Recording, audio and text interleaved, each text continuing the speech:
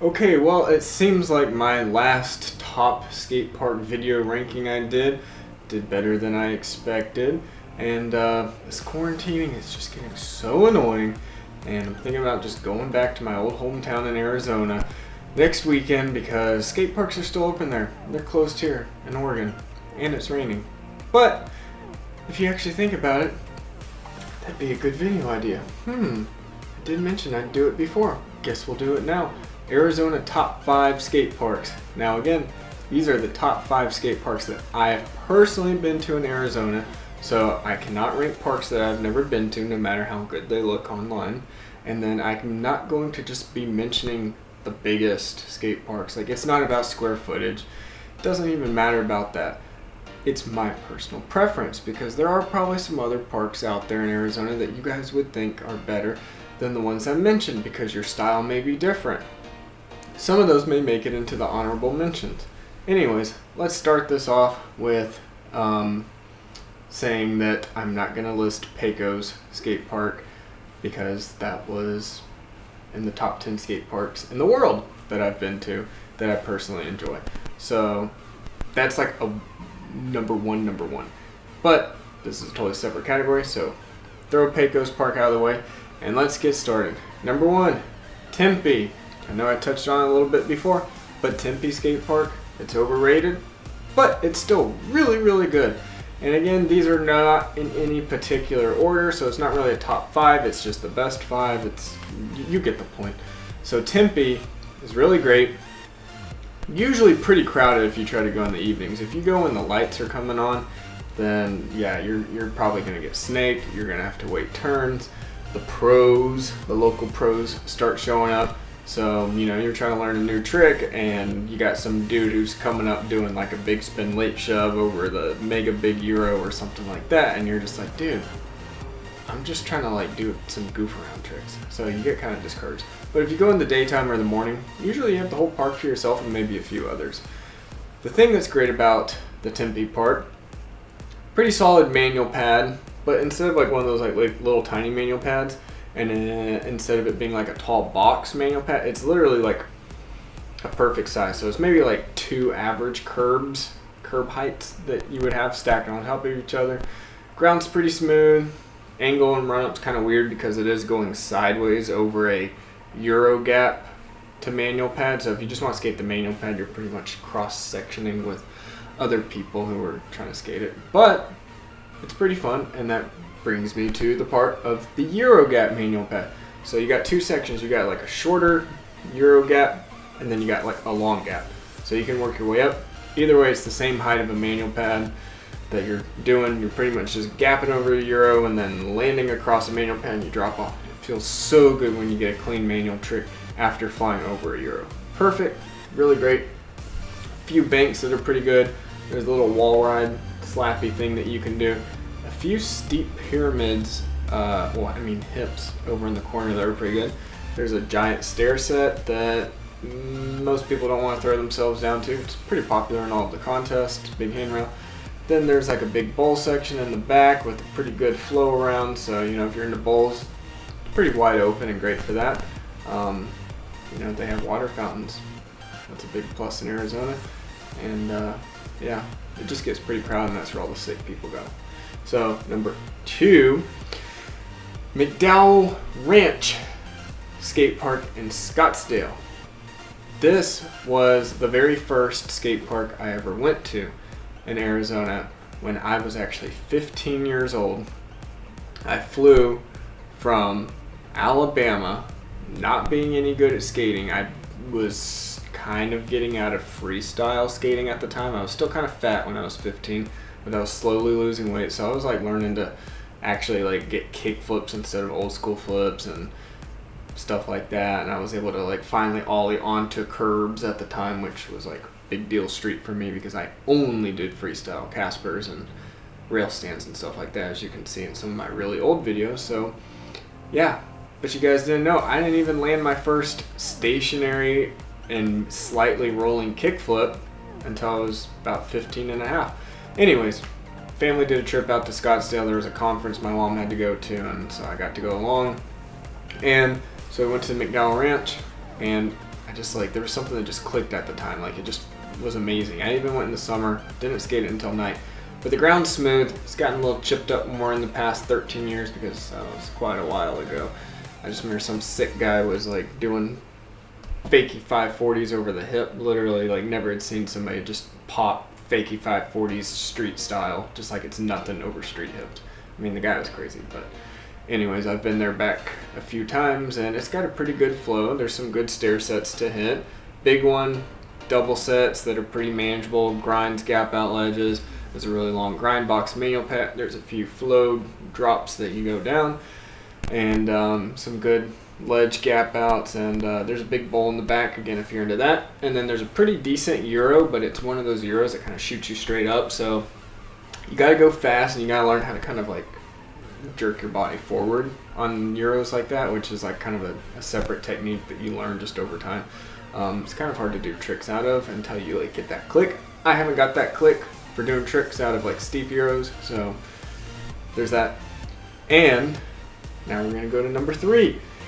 This one is small, but the setup's really good, and you can pretty much skate everything in the park, and I'm a street skater, and I like it. The Mirage skate park. Not many people go to it. Jaws has killed it, obviously, done so many crazy things, but there's a pretty decent bank that you can ride around. A really nice like C ledge manual pad that you can grind or do manuals on, and there's like some little stairs, some wall ride slappies again.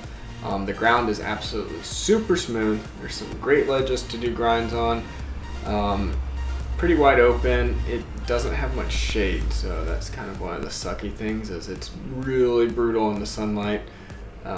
I've only actually skated it in the winter time, and even in the winter sunlight, it gets freaking hot, so take a lot of water with you. I just like it. Like, it's just fun to mess around with. I mean, it's not some big giant park, but it's pretty good. There's also a few other little mini street plazas in Arizona that you can go to, but I don't know, I just like this one. Plus, at the time that I went, there was actually like a hot dog stand and snack bar right next to it. So if you're hungry and you got the munchies, it's like literally in the same parking lot. So pretty cool, decent location. I enjoy it. Again, personal. I'm not mentioning all the crazy big stuff that I'm not really into, because again, I don't really do transition. I'm not a bowl skater, sorry. Then we got Desert West, or West Desert, whatever you want to call it. I guess that's number 4. Obviously Phoenix Am is there, so it's kind of famous for that. It's pretty wide open, a lot of open area, especially like if you just even want to skate flat ground, it's not crowded, you don't have to worry about like being everywhere and cutting people off. Really good, weird like side curb manual pads that don't have a direct on and off, but it's still just kind of fun to mess with. There's some little small handrails if you're trying to learn and do stuff on those. Some good ledges. Obviously you got stairs, ledges with drops, and then just good grind ledges. Some decent banks, and it's got an interesting environment. So like if you go during sunset, you get a beautiful sunset, and you got all these crazy colors, and then you see all these other people and locals that are just killing it. It kind of gets you pumped up.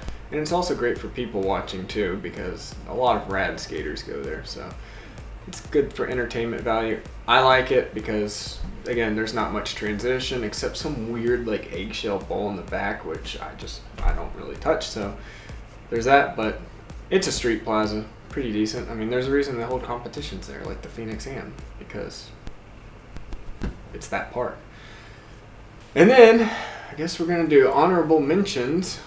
And yeah, so the honorable mentions, sorry, I don't have my glasses on, so I'm trying to look at the screen because I put the list. We got the Cesar Chavez skate park, skate plaza more like it, because there is no transition, just stairs, little flat ground gaps, flat bars. It's like this weird sidewalk grid part, but if you're just trying to cruise around, and it feels kind of like you're skating a street spot, but obviously it's not. Ground is super smooth. There's really nice banks. You got other ledges, stairs, and it's just like, it's a unique skate park, I guess you could say, with the way that it's not really, it's like a skate, there's some skate plazas, but most of it is all connected with like sidewalks, and I don't know, it's worth checking out though if you're in that area. So that's an honorable mention.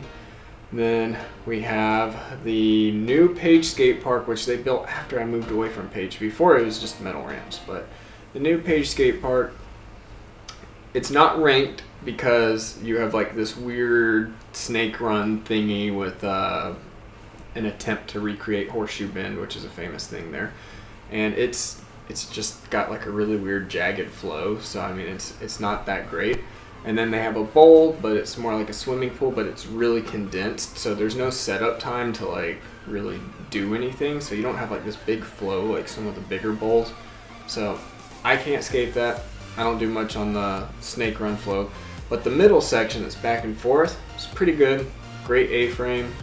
The ground is really smooth, and you got some just right sized quarter pipes. And there's this huge big wall, tombstone thing that some people call it. That's the name of whatever. Can't really do much on that.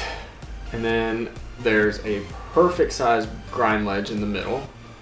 And then there's a normal little fun box. It's really mellow. You can't really do much over it, like pop a few ollies, but you're not getting much air. It's just good to kind of pump and flow over. You can use that grind box as a manual pad.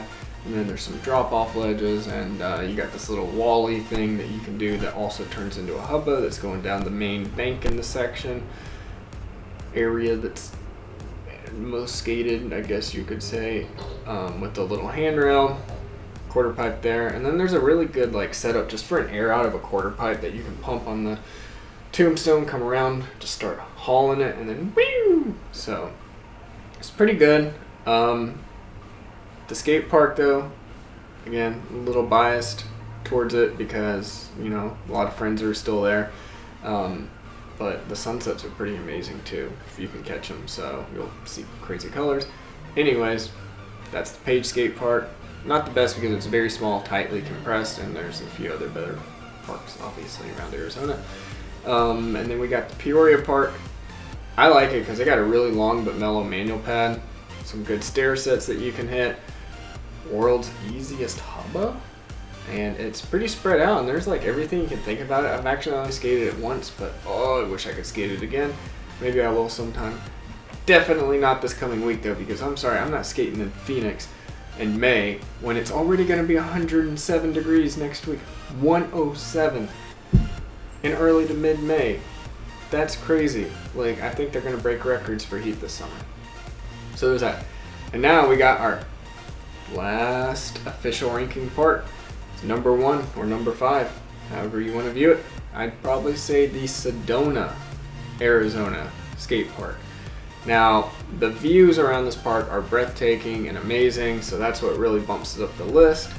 It's got a few cool things that you can hit. The thing that's sucky about the park, the biggest con, is everything is like, if this park was like spread out and more mellow, it would definitely probably make the top skate parks in the world.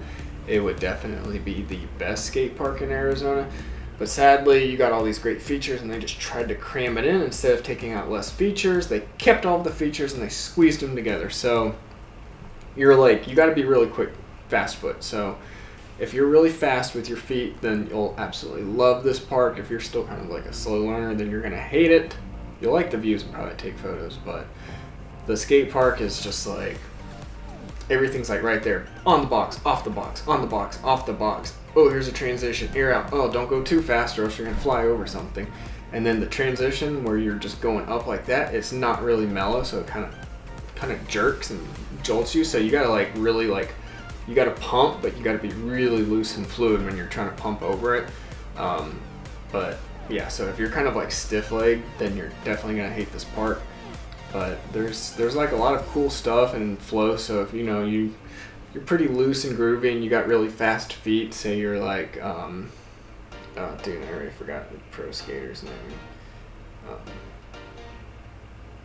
Oh well, I mean there's a lot of pro skaters that do the really quick foot movement. So this makes it there. It's really dry for some reason. Like, I mean, I know Arizona's dry, but like the humidity here, I don't know. It seems lower than usual. That's just personal experience. I've only been there a few times, but it's pretty cool. The only thing is it gets really crowded even if you have like 5 or more people, just because It's so condensed. And then there's a bowl over in the corner. Again, can't touch on the bowl because I don't ride bowls, so I can't review the bowls, which is what's going to make it really hard for me to do an Oregon top 5 skate parks, because oh my gosh, dude, here in Oregon it's just all bowls in transition, and then all the skate parks are built with like heavy duty old school concrete in the late 90s, early 2000s, so it's so rough and they need like a buffer polisher. But that's what I'll save for the Oregon video. So here's your Arizona top 5 plus the honorable mentions. There's a few others, so recap and say we got Tempe, McDowell Ranch, El Mirage, Desert West, West Desert, Sedona, Peoria, Cesar Chavez, and Page. There's a few others, but I kind of suck at pronouncing them, and they're not worth putting on here. So enjoy, subscribe, and I'll be doing some more top 5 videos and skate parks of states that I have been to and ridden a large amount of parks. So obviously if I've only say been to like 2 skate parks in like Wyoming or something like that, I can't do a top 5 video there. I have to have at least been to probably 10 to 15 plus parks in that state in order for me to judge. So there would probably be some top 5s coming up with Oregon, California, Georgia, Florida, Alabama, South Carolina, Tennessee, Illinois, Wisconsin, you know, stuff like that. Texas, for sure. So, thanks, subscribe. Hopefully everything was not in focus, because this is a 4K video and I do not have manual focus. That's also something I do have manual focus, I don't have autofocus, and that's one thing I was going to add, is this is my 50mm Canon prime lens that I have on my Panasonic Lumix 4K camera now, because I finally got an adapter. It came in. So that cost a pretty penny, but it's a speed booster. So it's giving me fast wide aperture of like 1.3 right now. And yeah, so I also will be able to use my fisheye when I go to Arizona. So we should see some 4K fisheye footage.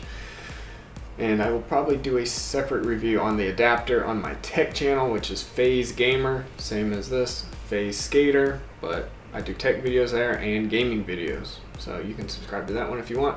But yeah, so hopefully the video quality is pretty good on this. And I did a few white balance adjustments in camera to try to make the image a little more warm. And thank you.